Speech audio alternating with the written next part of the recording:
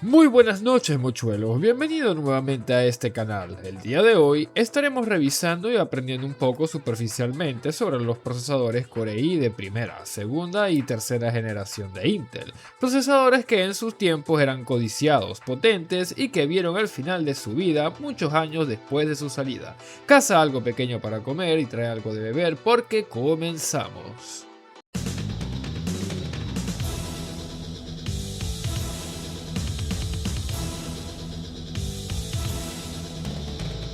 Primera generación Core i, Lancefield.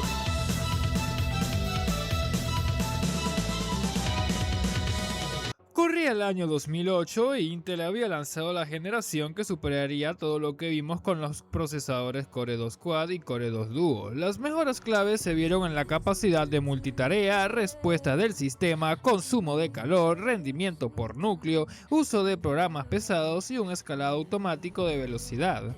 Usaba sus núcleos y hilos de forma mucho más eficiente, además de que trajo consigo una novedad en la época, el PCI integrado en la CPU.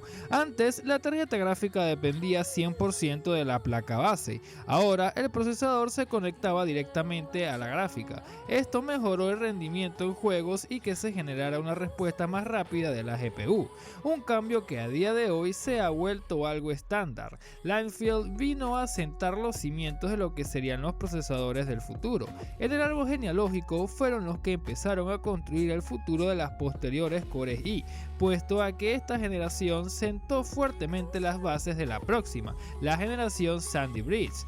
Pasemos entonces a ver brevemente los procesadores gama media y los más populares de dicha generación. En aquel tiempo son dos exactamente, el i5-750 y el i5-760, procesadores con 4 núcleos y 4 hilos que se acompañaban con gráficas como la GTS 250 y GTX 460 por parte de Nvidia.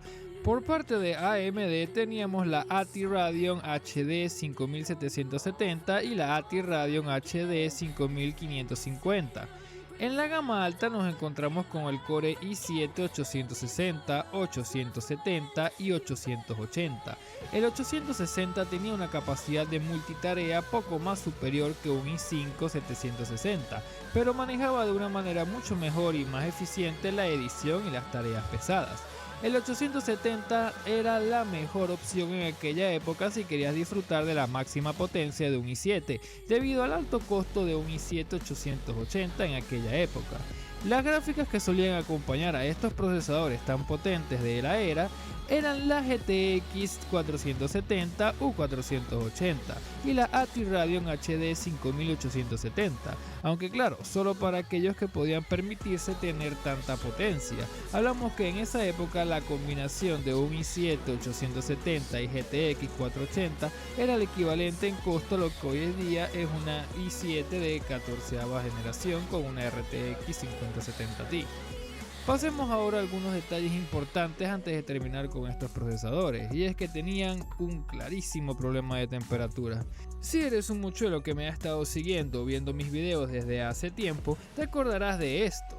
Sin embargo, estas gráficas tenían el gran problema de sobrecalentamiento. Alcanzaban temperaturas cercanas a los 90 grados sin estar estresándolas más de la cuenta, reduciendo su vida útil considerablemente. Muchos usuarios no tenían más opción que optar por una refrigeración extra o directamente adquirir tarjetas con disipadores mejorados, y ni siquiera hablemos de la opción overclocking, pues hacerlo aumentaba las temperaturas a punto de tener que encender el seguro de voltaje. Y así es, la serie Fermi manejaba fatalmente las temperaturas al igual que los i7 Lancefield, por lo que requería de una fuente de refrigeración bestial, encareciendo mucho el uso de una build con estos hardwares, por lo que muchos preferían irse por el i5 Lancefield o continuar usando el Core 2 Quad. Y si te quedaste con la duda de qué socket usaban estos procesadores, pues bien, usaban el socket 1156, socket que pasé totalmente por alto al realizar el video de las placas, pero era algo que realmente no valía la pena revisar, puesto que estos sockets fueron reemplazados bastante rápido, por eso la generación Lancefield fue tan fugaz. Pero sin duda alguna dejó un gran legado. Hablemos de este legado a continuación.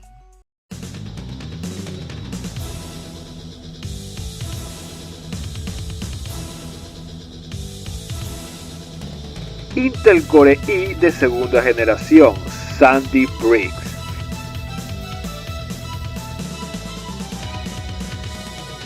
La segunda generación de Intel Core i, la arquitectura Sandy Bridge, es la sucesora de la Linfield. Tenemos mejoras en el Turbo Boost, estas ahora suben frecuencias automáticamente. Tenemos mejor gestión térmica, mejor eficiencia energética, ejecución de más instrucciones por ciclo, fácil overclock para las series K e integración total del CPU. Esta generación salió en el 2011. La GPU integrada era el Intel HD 2000 y Intel HD 3000. El socket que usaba era el nuevo 1155 de la época, compatible con Chisex Z68 por ejemplo. Estos procesadores forman parte de los procesadores legendarios, puesto que han tenido una durabilidad extrema, llegándose a ver con gráficas como la 1030, RX 570, 580 y la 1060 en algunos ensambles de bajo presupuesto, pero no por ser de bajo presupuesto significaba que no se podían jugar grandes títulos con ellos. Antes de seguir por esta línea, me encantaría presentarles a las bestias de la generación. En la gama baja tenemos al Intel i3 2130, 2 núcleos, 4 hilos, frecuencias entre 3.1 GHz y 3.4 GHz. En la gama media tenemos al Core i5 2500 y 2500K con 4 núcleos y 4 hilos, en base cuentan con 3.3 GHz, overclockeado puede alcanzar hasta 3.7. En la gama alta tenemos al Core i7 2600 y 2600K con 4 núcleos, 8 hilos, logrando una frecuencia base de 3.4 GHz y hasta 3.8 GHz en overclock. Estos procesadores no solo eran los más codiciados en esos años, sino que también han sido de los más duraderos. El i5 2500K es uno de los que se usó bastante con la RX 570 y 560, y el i7 2600 fue muy usado con la RX 580 y la GTX 1060. A experiencia personal yo tuve una de estas builds, específicamente un i7 2600 y una GTX 1060. Logré mover juegos de la octava generación en altos a 1080p sin problemas. Incluso juegos como Sparking Zero en bajo iban bastante bien. RE4 Remake era jugable en medio, God of War 2018 también rendía muy bien en gráficos originales, y así sucesivamente. Fueron sin duda procesadores que han ganado un lugar en nuestros corazones, pero que lamentablemente ya no pueden continuar a nuestro lado si queremos seguir disfrutando de títulos nuevos por la ausencia de la función BX2.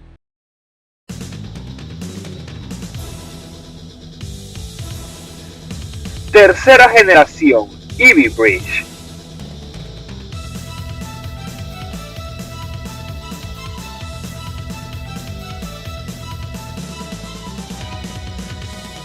Para finalizar el video, ahora hablemos de la tercera generación, la generación Ivy Bridge, cuyos modelos icónicos son el i5 3570K y i7 3770K. Esta generación llegó en el 2012 y llegó con ciertos avances tecnológicos, como por ejemplo el mejor manejo del ancho de banda para las memorias RAM de DDR3 y soporte para PCI Express 3.0. Los procesadores también trajeron consigo una novedad en la época, la compatibilidad con el LGA de su antecesora, el LGA 1155, aunque esto requería de una BIOS update. No tener que comprar otra placa para actualizar el procesador fue la decisión que la catapultó al éxito, aunque como todo proyectil de catapulta, lamentablemente cayó. Pero en la casa de los entusiastas del overclock, pues tenían el mismo problema que la serie Fermi de Nvidia, el problema del calor, pues Intel cambió la soldadura interna por pasta térmica, haciendo que las temperaturas en overclock se elevaran más de lo debido y causando ciertos fallos a la hora de caer en las manos de un entusiasta. Esto realmente no fue un problema exageradamente relevante, pues a un usuario normal esto no le afectaría en absoluto. Incluso llegaron a tomar decisiones extremas solamente para lograr bajar las temperaturas, pero eso es historia para luego, ya que quiero mostrarte los modelos más importantes de esta generación. El Intel Core i3 3220 a 3.3 GHz, 2 núcleos y 4 hilos. Core i5 3570K, uno de los mejores de su época. Este procesador se veía en muchísimos ensambles potentes que daban una ventaja a las PCs en aquellas épocas en cuanto a potencia hablamos. Estamos hablando que eran acompañadas por GTX 760 y 660 o una AMD Radeon HD 7870. Con estas builds no ocurrían cuellos de botella y el rendimiento era perfecto, además de que eran gráficas de gama de entrada de sus respectivas series, por lo que hacerse con una no era nada difícil. El i5 3570K contaba con 3.4 GHz y en overclock llegaba a 3.8, contaba con 4 núcleos y 4 hilos. Ahora, para terminar, pasaremos a mostrar al más poderoso y costoso de la generación Eevee, el Intel Core i7 3770K. ¿Qué puedo decir? Con este procesador podías correr muchísimos juegos de la octava generación con un buen frame rate y manteniendo resoluciones de 1080p.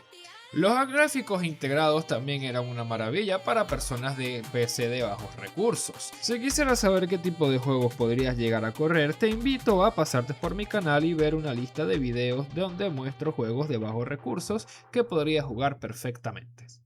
En fin, mochuelos, hasta aquí el recorrido de los procesadores de generación Core i primera y segunda. Espero que el video haya sido entretenido y te haya gustado. Lamento la ausencia, realmente tenía que procurar trabajar para poder mejorar mi PC, ya que, bueno, no cuento con ingresos acá en YouTube por ser un canal bastante pequeño. Sin embargo, pequeño no quiere decir que sea un canal que no tenga visitas. Muchísimas gracias por ver el video y llegar hasta acá. Nos vemos en un próximo video. Hasta luego, mochuelo.